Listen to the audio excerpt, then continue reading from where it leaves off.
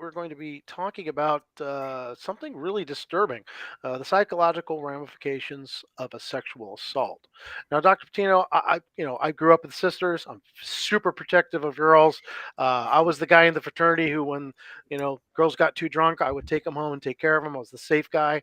But the reality is, even with good guys out there, vast majority of women. I mean, I think if I remember, I read a statistic like 1 out of 5 women will be sexually assaulted in their lifetime. Is that accurate?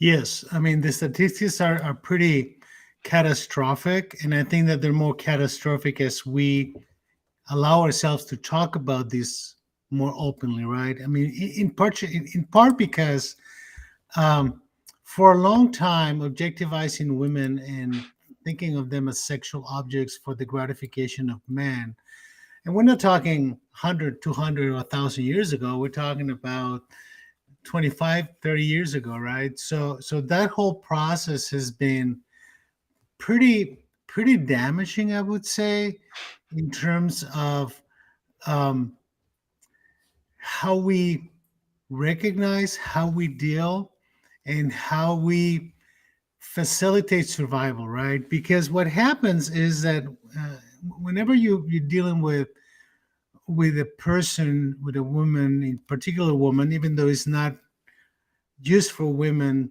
Women are not the only victims of this. We get men who get raped too, but by far, women are the victims and the survivors of these situations a lot more often, right? So we have different stages of the process, right? And usually, the stage ends. It starts with the perpetrator, right? And perpetrators come in a lot of different flavors, right? And it really depends on the age of the victim. It depends on the circumstances. Um, it depends on the culture. It depends on part of the world you're in, right? I mean, it depends if you're in the middle of a war or not, right? I mean, but invariably, what it starts with is with the idea of an individual that has a need to exercise power over somebody else. And we have, unfortunately, is being exercised in sexual ways.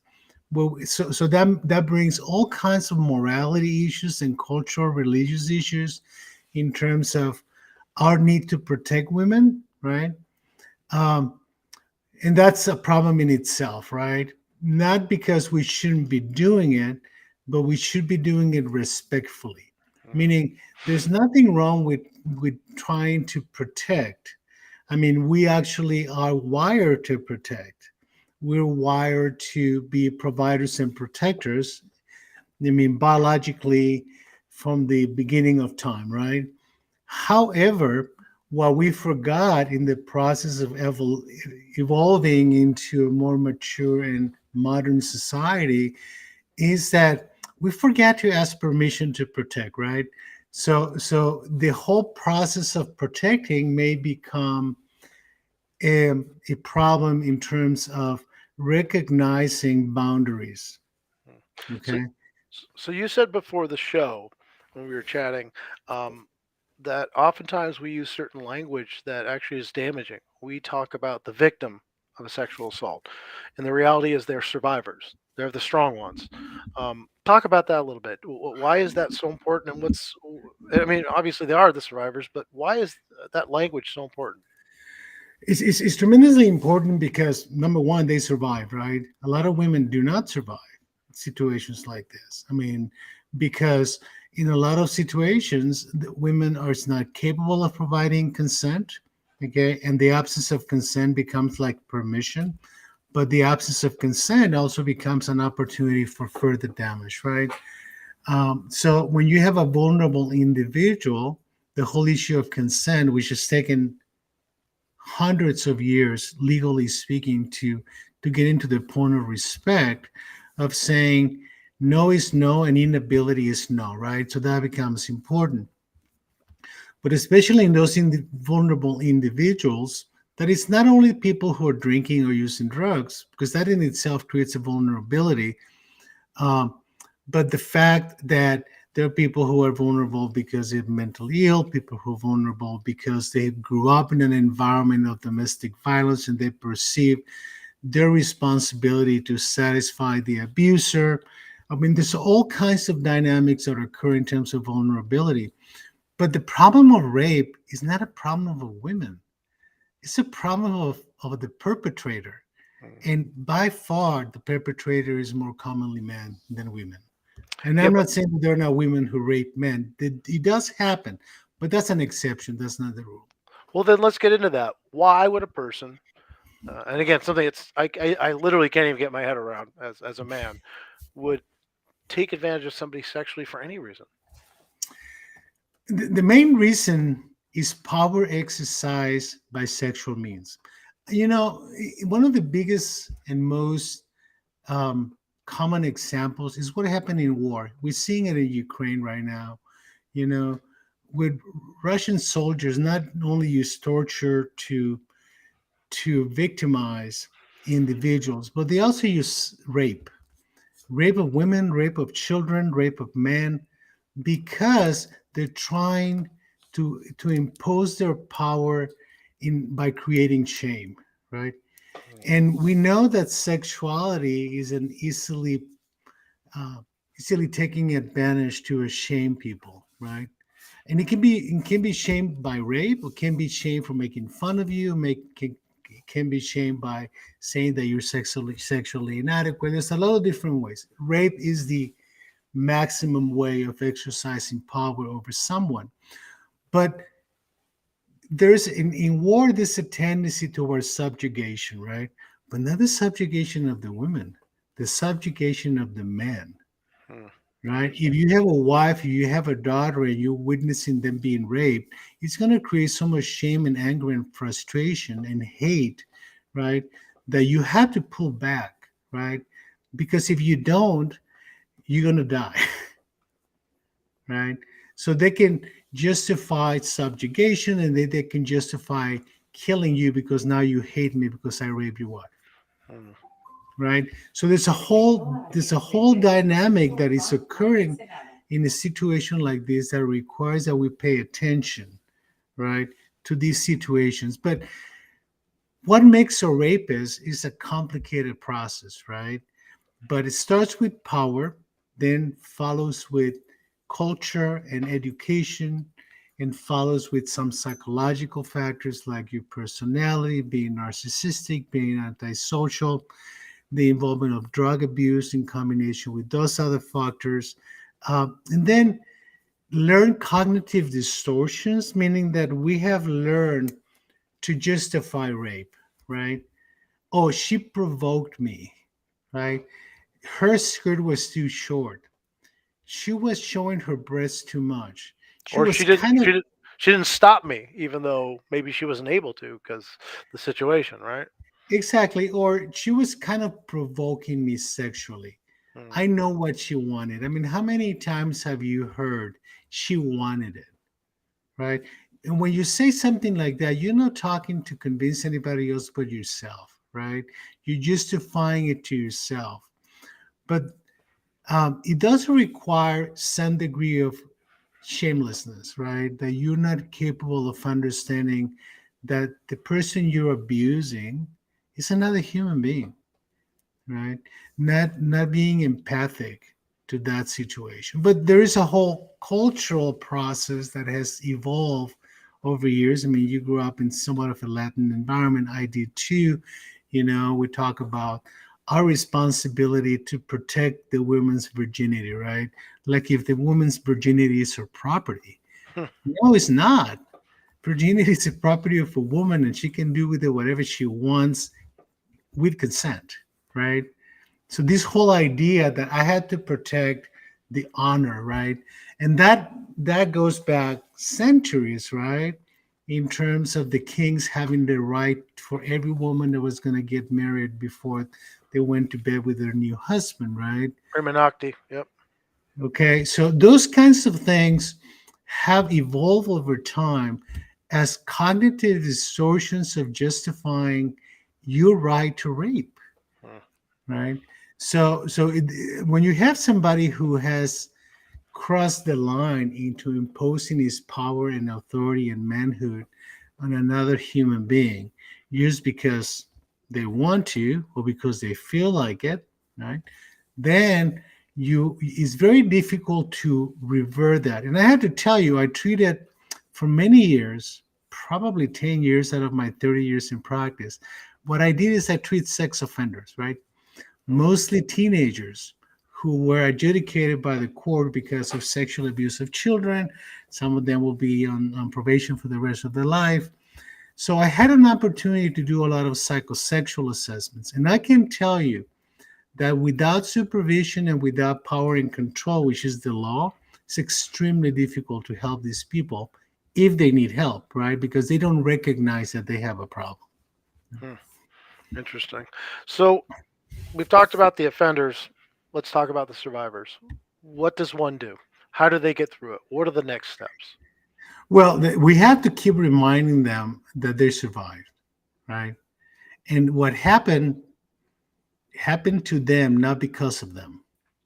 And that's extremely important because we have to help people understand that the fact that they got raped or the fact that they got sexually molested is not something that they either deserved, okay, or there was a consequence of they having one too many drinks, right?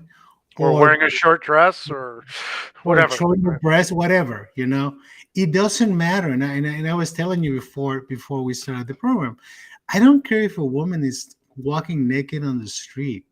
Somebody needs to get close and try to help her, and protect. And instead of thinking, well, she's running naked because she wants me.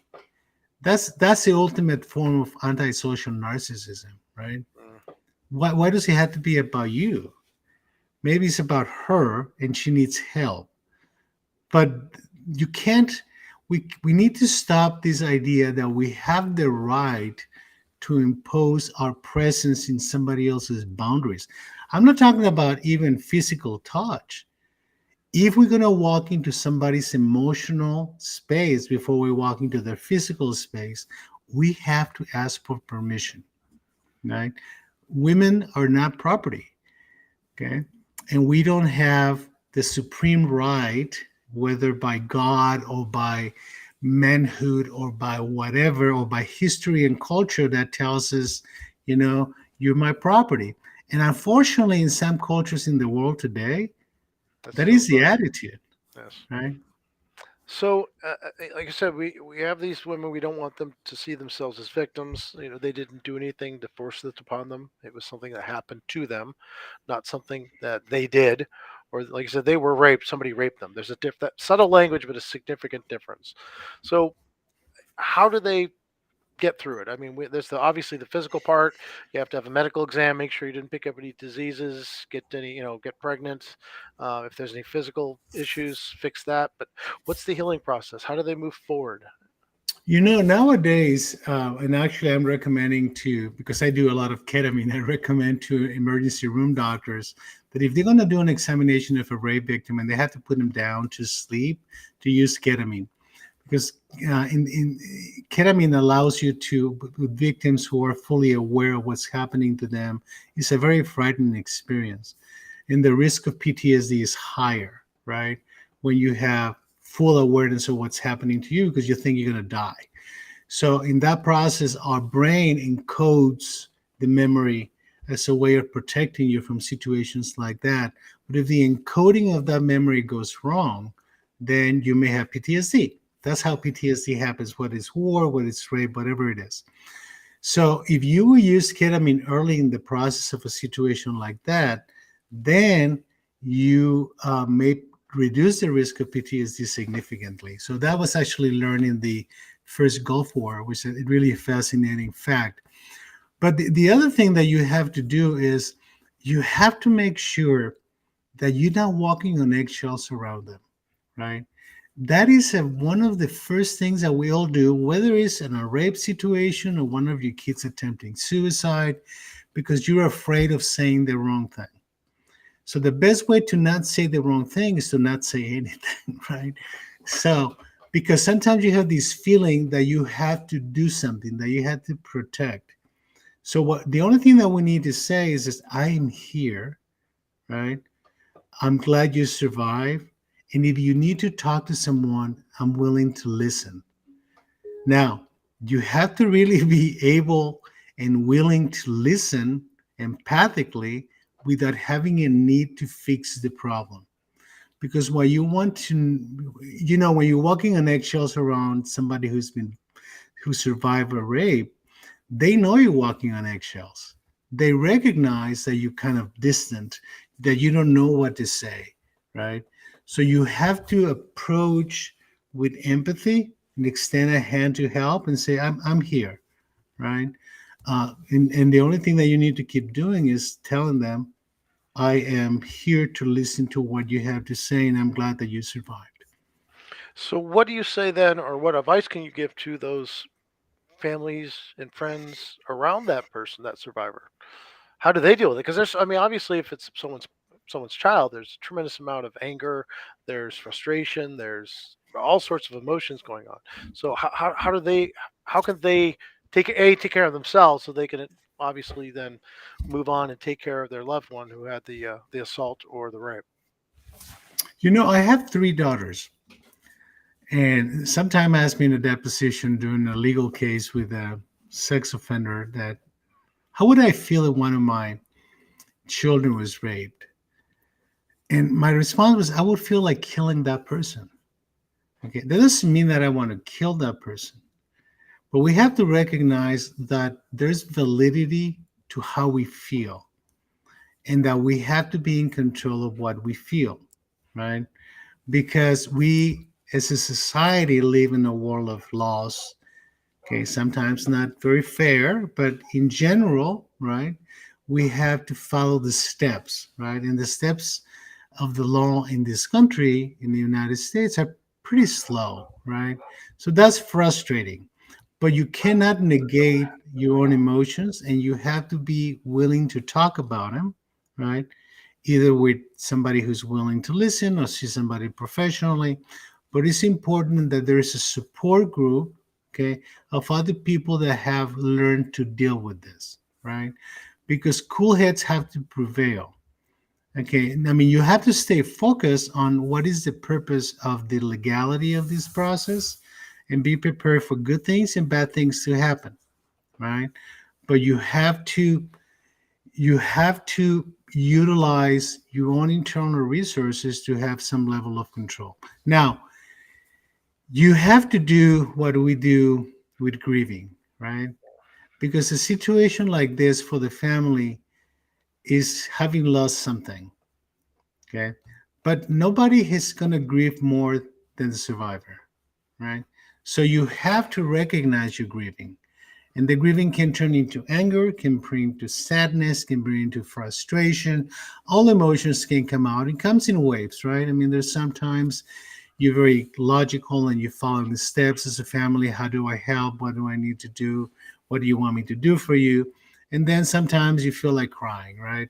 And you have to allow your feelings to ventilate and to come out, right? Eventually, this is going to be a memory, like a big scar that is going to remind you of the pain that you felt at the time, but it's not going to hurt anymore. But the memory of something like this will never go away, right? So, what do you suggest for the families, for the survivor itself? Therapy. Go to what's the process? You have I know you every day you deal with this every day. So, what do Yes. you tell the families? What do you tell the survivors? The survivor in particular, I tell them they need to do their own therapy. They cannot bootleg the therapy with the family because this is a very personal issue and they need to continue surviving it. And they lost something valuable to them, which is a sense of control of your boundaries and somebody violating your boundaries. And depending on your cultural and religious history, you're going to have different feelings about different things. Um, and we need to recognize that the survivor needs continued help to grieve properly. Okay. Because at the end of the day, the best thing that can happen to the survivor is to become a more solid person after this experience, right?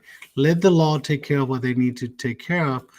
And I'm not saying that this should be an experience for everybody, but every situation of grief is a growth experience, right?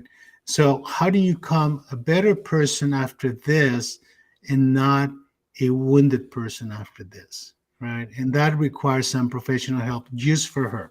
For the family, it's very important to find your own support group, right? And there will be plenty of support groups for families of victims of sexual assault and rape, in which you can actually talk to other parents. Sometimes that helps a lot in terms of how to process your own emotions and your feelings and your frustrations.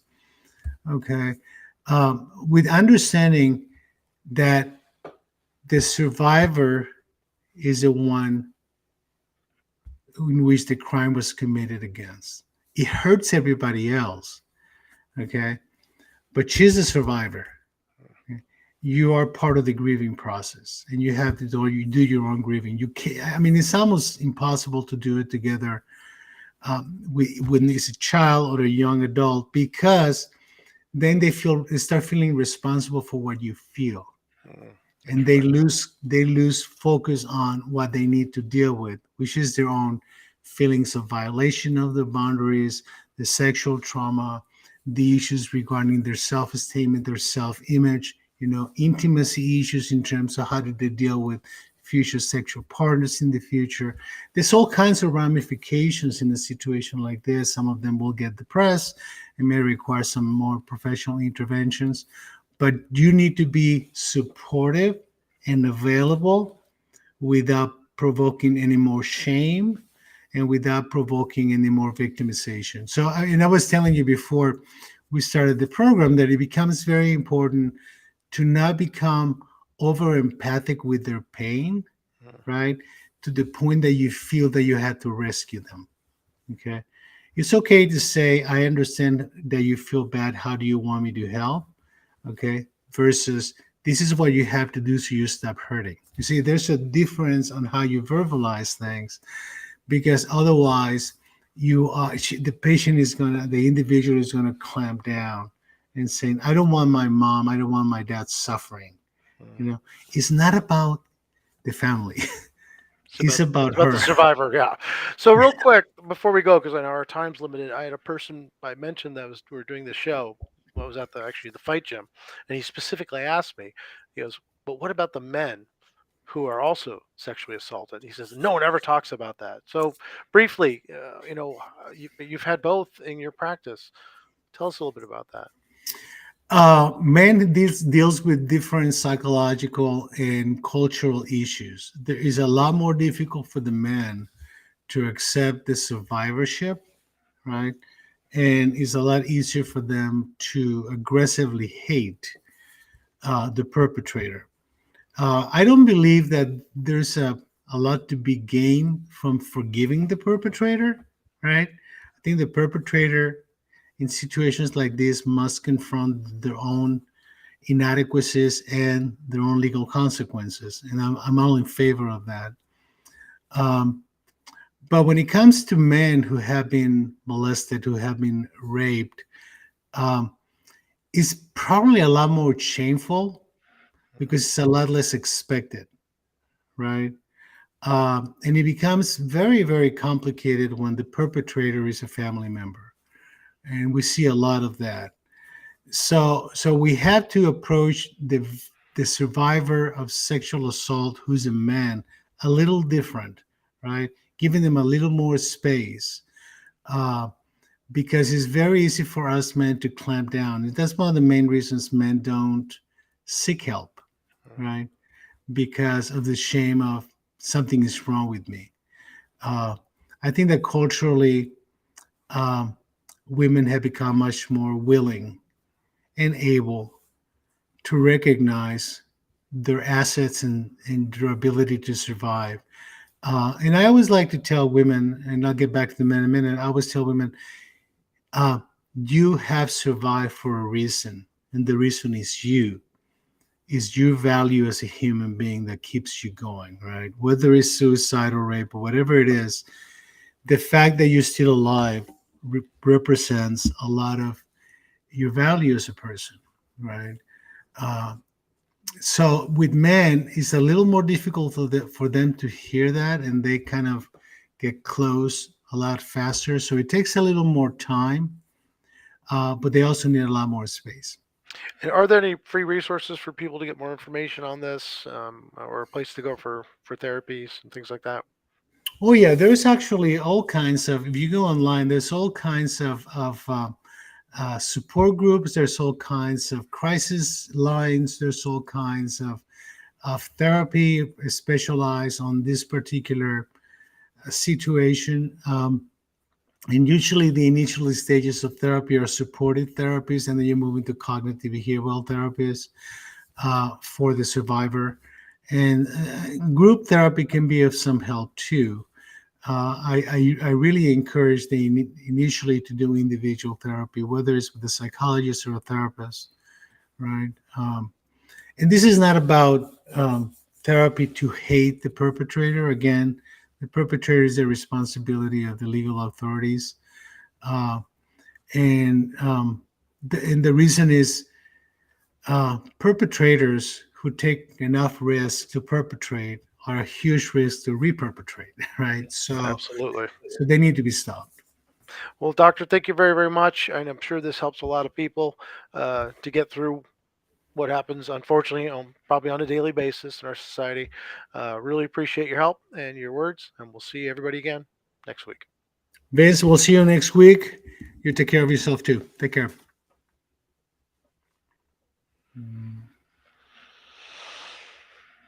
Hold on a second. Let me see here.